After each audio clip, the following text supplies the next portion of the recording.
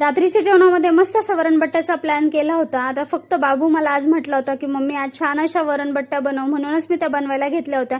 सगळ्यात पहिले मी इथं डाळ छान शिजवून घेतली होती आणि त्याच्यानंतर लगेच डाळीला फोडणी देऊन घेतली। मस्त वरण तर तयार झालं होतं आणि इकडे माझ्या बट्ट्या पण एका साईडला तयार केल्या होत्या। आता दोन्ही झालं होतं, मग काय त्याला छान असं पटकन जेवायला वाढलं होतं। बाबूला वरणबट्ट्या खूप जास्त आवडल्या होत्या आणि त्याच्या चेहऱ्यावरचा आनंद बघून कळत होतं की तो खरंच समाधानी झालाय।